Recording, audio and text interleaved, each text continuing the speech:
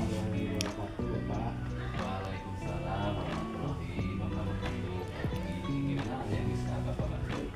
Mohon Bapak izin saya dari Diki Setiawan, CGP Angkatan 10. Ada tugas di modul 3.1 tentang pengambilan keputusan dan dilematika dan serta nilai-nilai kebajikan. Nah, dalam hal ini saya diberikan tugas untuk mewawancarai Bapak selaku dari kepala sekolah SDN Harapan Mekar. Mungkin ada beberapa pertanyaan, Bapak mungkin langsung saja Bapak untuk wawancaranya. Yang pertama, dalam hal ini bagaimana Bapak mengidentifikasi kasus atau permasalahan sekolah yang merupakan dilema etika ataupun rujukan moral, Pak? Kalau Bapak tuh biasanya dalam kehidupan sehari-hari, terutama mungkin di sekolah ini gitu kan, tentunya ada yang berhubungan dengan personil guru-guru ataupun misalnya permasalahan dengan siswa juga. Nah, kalau misalnya di antara keduanya tersebut ada permasalahan, jadi kalau betul identifikasi dulu permasalahan itu apakah ini termasuk yang rujukan moral atau yang dilema etika. Jadi ada beberapa langkah-langkah yang mesti Bapak lakukan untuk menjudge bahwa itu adalah rujukan moral atau dilema etika. Gitu kan, diantaranya misalnya begini. Kalau rujukan moral itu kan suatu kondisi atau situasi di mana permasalahan itu apakah benar atau salah, gitu kan? Kayak salah. Terus kalau misalnya untuk dilema etika, berarti permasalahannya itu adalah benar kayak salah. Nah, Baik, Pak. Kalau yang sering Bapak dalam pengambilan keputusan di sekolah, ini permasalahannya yang tentang yang benar tadi dan nilai-nilai kebajikannya apa saja misalnya, Pak? Nah, kalau misalnya begini, kalau nilai-nilai kebajikan benar, PS benar ya. Di sisi lain, kalau misalnya kasus guru, dia melakukan hal sesuatu yang punya permasalahan dengan siswanya begitu. Nah, siswa tersebut benarnya misalnya dia terlambat, tetapi ada alasan begitu. Tapi di sisi lain benarnya itu dia itu terlambat, tetapi belum begitu terlalu lama begitu untuk terlambat tersebut. Nah, berarti kan kita dalam mengambil sebuah keputusan itu bisa melakukan dilema etika. Untuk prosedur mungkin, Pak, kalau dalam pengambilan keputusan langkah apa saja yang pertama kita harus lakukan, Pak? Untuk prosedur, kalau Bapak itu sepertinya dalam pengambilan sebuah keputusan itu sesulit apapun itu keputusan atau permasalahan, kita kembali lagi kepada dasar. Ada tiga dasar sebetulnya. Yang pertama adalah kita harus berpihak kepada siswa, yang kedua harus nilai-nilai kebajikan, dan ketiga harus bertanggung jawab terhadap konsepsi yang kita ambil itu, Pak. Itu yang utama itu. Untuk itu ya. Terus kalau tadi pertanyaannya apa? Ya, langkah prosedur untuk pengambilan keputusan. Langkah prosedurnya yang Bapak lakukan itu sebetulnya kita harus mengenal prinsipnya, ada juga 9 langkah dalam pengambilan keputusan. Tapi untuk permasalahan sepanjang ini belum Bapak lakukan yang itu karena Bapak anggap sekiranya permasalahannya tidak terlalu rumit sih gitu ya. Jadi yang Bapak biasa lakukan adalah menggunakan namanya itu metode POOCH. POOCH itu adalah POOCH. P-nya adalah problem, O-nya adalah option, terus outcome, CH-nya adalah choice, dan R-nya adalah refleksi. Itu yang biasa Bapak lakukan. Ya. Pak, untuk masalah yang pernah Bapak hadapi yang berupa tantangannya mungkin tentang pengambilan keputusannya dan dilema etika, ada nggak, Pak? Sering sih sebetulnya, cuman masih bersifat sederhana gitu ya. Nah, dalam pengambilan keputusan yang Bapak lakukan itu tadi dengan yang metode tadi itu itu kayaknya kan problem. Jadi apa sih masalahnya begitu kan? Terus siapa yang punya masalah? Terus yang optionnya. Jadi dari permasalahan itu kita punya pilihan-pilihan untuk bagaimana cara memecahkan masalah tersebut begitu.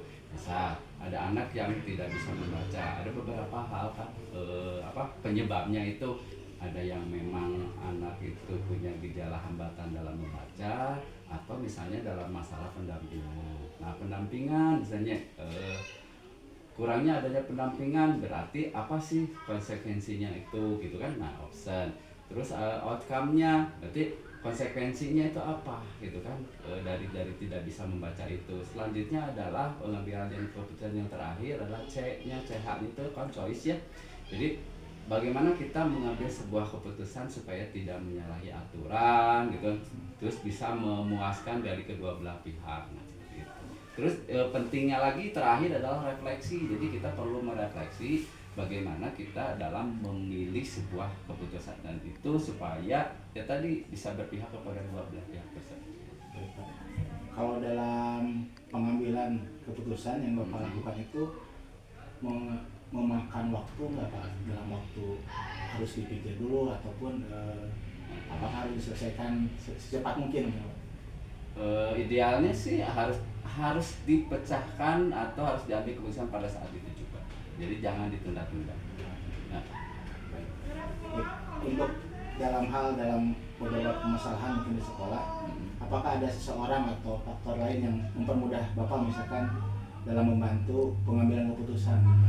Nah, biasanya kita selalu berkoordinasi dengan guru-guru begitu kan, atau misalnya dengan warga masyarakat setempat yang ada di lingkup warga. Dari hal tadi Pak, untuk pembelajaran hari ini yang saya petik, mungkin ada pengambilan pengalaman Bapak dalam pengambilan keputusan yang seperti apa, yang sampai menggunakan waktu secara singkat, terus dengan mengandung nilai-nilai kebaikan. Seperti yang di awal sudah Bapak katakan, bahwa sebetulnya sebuah permasalahan itu sesulit apapun itu kita harus kembali lagi kepada yang 3 unsur dasar tadi itu. Yang pertama adalah harus berpihak kepada murid, terus yang kedua harus adanya berdasarkan nilai-nilai kebajikan, terus yang ketiganya adalah pengambilan keputusan memang harus bertanggung jawab atas konsekuensinya gitu. Jadi Bapak kira hal yang tadi, seandainya kita kembali ke 3 unsur itu, tidak ada permasalahan yang tidak bisa dipecahkan. Terima kasih Pak untuk wawancara hari ini. Mungkin sangat membantu saya dalam hal pemahaman tentang model 3.1 dalam pengambilan keputusan. Terima kasih atas waktunya, dan Bapak sehat selalu dan selalu berikan kemudahan di sekolah dan semakin maju sekolahnya Pak. Oke, terima kasih kembali Pak Iki. Mudah-mudahan Pak Iki juga dalam di guru penggerak ini juga akan menjadi seorang inspirator buat teman-teman dan umumnya buat sekolah kita. Amin. Terima kasih Pak. Sama-sama. Assalamualaikum warahmatullahi wabarakatuh. Waalaikumsalam. Warahmatullahi wabarakatuh Ibu. Waalaikumsalam warahmatullahi wabarakatuh. Pak Riki. Iya. Ada apa Terima ya? kasih Ibu waktunya. Saya Edi Kristiawan, CGP Angkatan 10 Kabupaten Bandung Barat.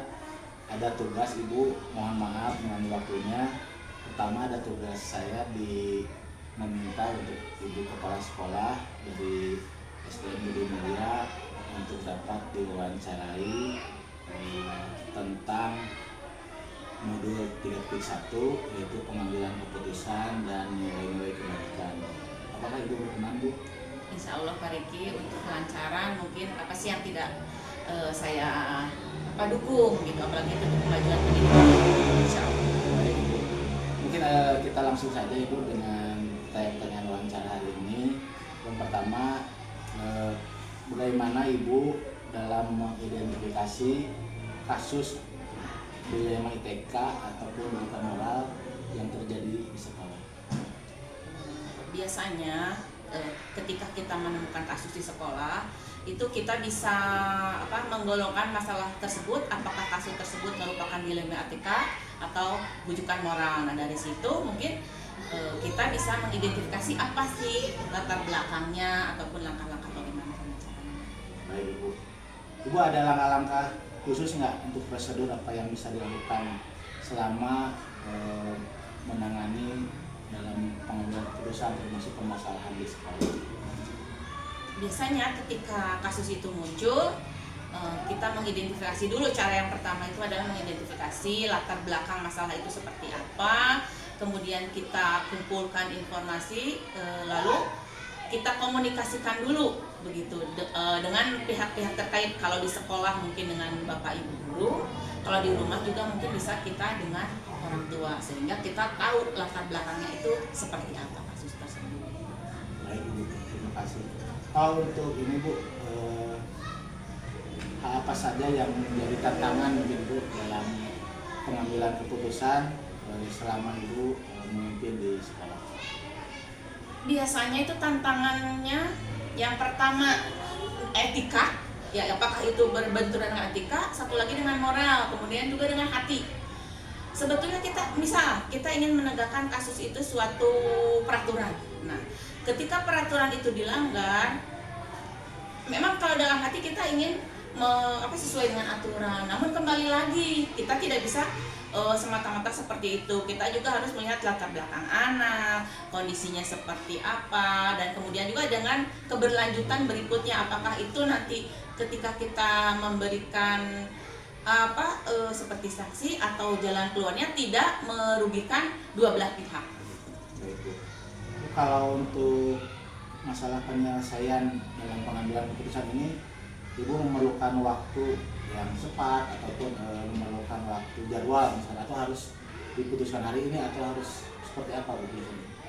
Untuk kasus biasanya tergantung kasusnya. Kalau kasusnya mungkin harus mendesak, ya mungkin saat itu juga. Namun ketika kita ada masalah yang bisa kita tuntaskan dan membutuhkan waktu, biasanya berkoordinasi lagi kembali seperti itu.